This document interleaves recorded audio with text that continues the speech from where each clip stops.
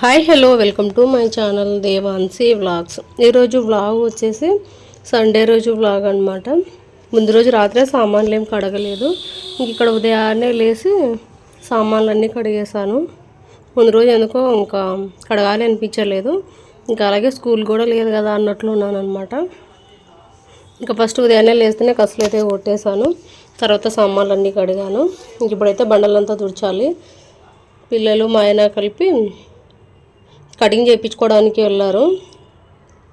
ఇంకా ఆలోపు ఇక్కడ నా పనులన్నీ నేను పూర్తి చేసుకుంటా ఉన్నాను. వాళ్ళు వచ్చేలోపు బండలు తుడిచి స్నానం చేసి పూజ చేసేసి టిఫిన్ చేయాలి. ఈ పనులన్నీ అయిపోకముందే వాళ్ళు కూడా వచ్చేస్తారు. సండే వచ్చిందంటే లేజీగా ఉంటుందన్నమాట. లేయడమే లేటుగా లేస్తాము. పనులు కూడా అలానే నిదానంగా అవుతూ ఉంటాయి. స్కూల్ ఉంది అంటేనే టైం టు టైం లేవడం కానీ పనులు కానీ తినడం కానీ అన్నీ టైంకి పూర్తి అయిపోతాయి అన్నమాట. ఇంకా లేచేసరికి 7:30 అయ్యింది.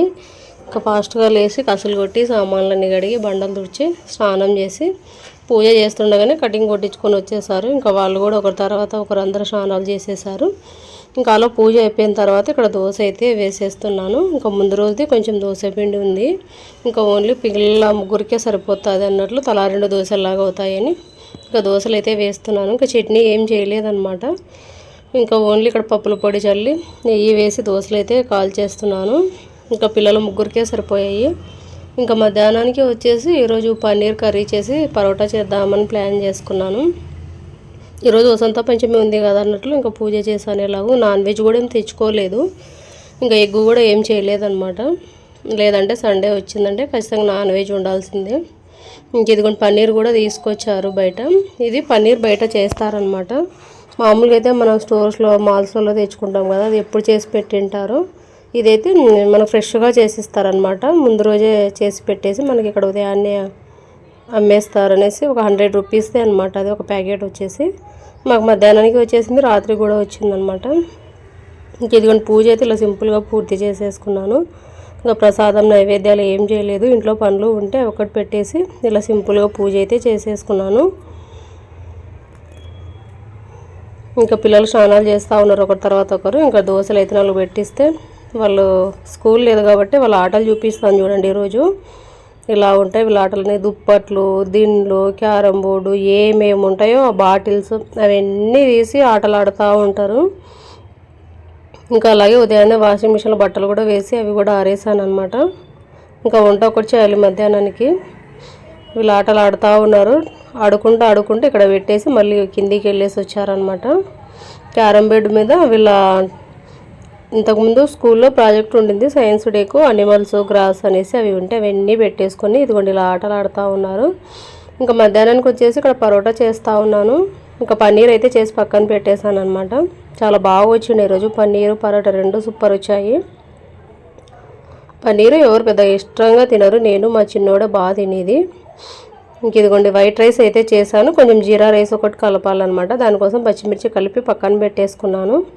ఇంక అన్నీ కలిపి వంట చేసేసి ఇక్కడ తినడానికి అయితే పెట్టేసుకున్నాము. జీరా రైస్ అయితే చేశాను, కొంచెంగా ఎక్కువ అయితే చేయలేదు. ఇదిగోండి పరోటాలు అయితే చాలా బాగా వచ్చాయి అనమాట. ఒకరెవరో షార్ట్ వీడియోలో కామెంట్ చేశారు పరోటా ఎలా చేయాలి అనేసి.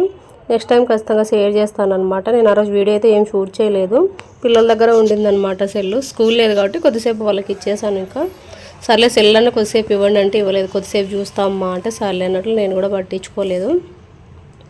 ఇక్కడైతే తినడానికి పెట్టేసుకున్నాం అనమాట. పన్నీర్ చూడండి గ్రేవీగా చాలా బాగా వచ్చిందనమాట. ఇందులో కాజు కూడా వేసాను పేస్ట్ చేసేసి. పర్ఫెక్ట్గా వచ్చింది, సూపర్ ఉంటుంది టేస్ట్ కూడా. టైం వచ్చేసి 1:30 అలా అవుతుందన్నమాట. ఇంకా తినడానికి అయితే పెట్టేసుకుంటున్నాము. ఇంక అందరం తినేసి సాయంత్రం కూడా అదే ఉండిందనమాట. ఇంకొంచెం ఉప్మా అయితే చేశాను. ఇంకా అన్నము కూర పిల్లల వరకు సరిపోయింది. ఇంకా నాకు మా ఆయనకు వచ్చేసి నైట్కి ఉప్మా అయితే చేసుకున్నాము. ఇంక అందరం అయితే పెట్టుకొని తింటూ ఉన్నాం అనమాట. చూడండి పరోటా కూడా లేయర్స్గా భలే వచ్చింది. ఇంకా తర్వాత సాయంత్రం అయితే ఇక్కడ టీ అయితే పెట్టేసాను స్టవ్ పైన. ఇంకా సామాన్లు ఉన్నాయన్నమాట. ఆ సామాన్లు అన్నీ కడిగేసేయాలి. మధ్యాహ్నం తిన్నవి వండినవి ఇవన్నీ ఉన్నాయి. టీ పెట్టి ఫస్ట్ ఇల్లంతా కసులు కొట్టేస్తాను. ఆలోపు టీ అవుతుంది. టీ తాగేసిన తర్వాత ఇంకా ఒకటేసారి సామాన్లు అన్నీ కడిగేస్తే ఏ సామాన్లు ఉండవు. మళ్ళీ రాత్రి వంట చేయడం తినడం తర్వాత మిగతా అవన్నీ ఉంటాయి, మళ్ళీ కడుక్కుండే ఇంకోసారి.